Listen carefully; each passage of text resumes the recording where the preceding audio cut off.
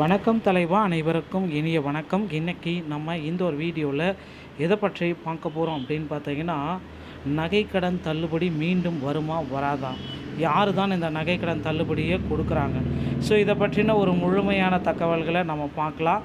நகைக்கடன் தள்ளுபடியில் நிறைய குளறுபடிகள் போயிட்டுருக்கு. நகைக்கடன் தள்ளுபடி கதைகள் உயரப்போகுது அப்படின்னு சொல்கிறாங்க.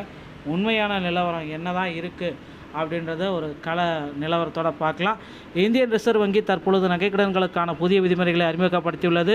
ஸோ இந்த தகவல் தெரிவிக்கிறது, நகைக்கடன் பெறுவோர் தொகையை திருப்பி செலுத்த முடியாமல் நகைகள் இழப்பதை தவிர்க்க இனி மாதாந்திர தவணை முறை இஎம்ஐ அமல்படுத்த உள்ளது. வங்கிகள் மற்றும் நிதி ஆவணங்கள் வாடிக்கையாளர்கள் திருப்பி செலுத்தும் திறனை ஆய்வு செய்த பின்னரே கடன் வழங்க வேண்டும் என அறிவுறுத்தப்பட்டுள்ளது. பொதுமக்கள் தங்கள் சேமிப்புக்கான கடன்களை எளிதாக்கும் முறைகளை தடுத்து எளிதாக மீட்க உதவும் இது எதிர்பார்க்கப்படுகிறது.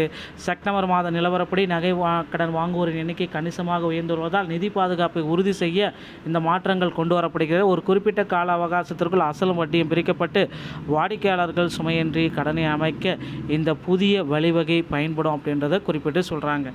ஸோ வங்கியில் நகைக்கடன் வைத்திருப்பவர்களுக்கு ஒரு சில மகிழ்ச்சியான செய்திகளை தான் நான் இப்போ உங்களுக்காக சொல்ல போகிறேங்க. தற்பொழுதைய சவால்கள் அப்படின்னு பார்க்குறப்ப 51% வந்து பார்த்திங்கன்னா செப்டம்பர் நிலவரப்படி நகைக்கடன் அதிகரிச்சிருக்கு. ஏல நடைமுறையில் முறைகேடுகள், ரகசியமாக விற்பனை புகார்கள் இந்த மாதிரி வந்துட்டுருக்கு. மொத்த தொகை அசல் ப்ளஸ் வட்டி மொத்தமாக பணம் செலுத்துவதில் சிரமம், பொருளாதார சூழலால் மீட்க முடியாத சுச்சுவேஷன் வருது. இது எல்லாமே வந்து பார்த்திங்கன்னா நகைக்கடன்களில் இருக்கிற சேலஞ்சிங். ஓகேங்களா?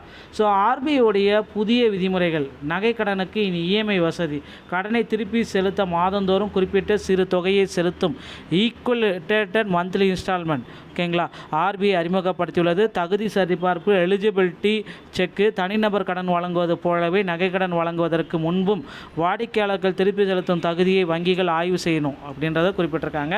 அனைத்து வங்கிகளுக்குமே இது பொருந்தும். இந்த விதிமுறை பொதுத்துறை வங்கிகள், எஸ்பிஐ மற்றும் தனியார் நிதி வங்கிகள், முத்தூட்டு, ஆர்டிகா பொருந்தும், எல்லாத்துக்குமே இது பொருந்தும் அப்படின்னு சொல்லியிருக்காங்க. இஎம்ஐ முறை எப்படி செயல்படும், ஆர்பிஐடைய புதிய ரூல்ஸ் அண்ட் ரெகுலேஷன்களில் இஎம்ஐ முறை அதை கொண்டு வருவோம் அப்படின்னு சொல்கிறாங்க.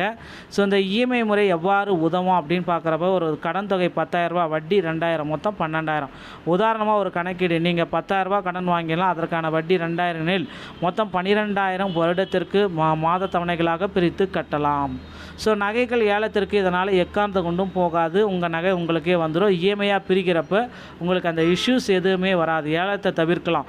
ஏல அபாயம், நகைகள் போய்டுன்ற அபாயத்திலேருந்து உங்களால் தப்பிக்க முடியும்.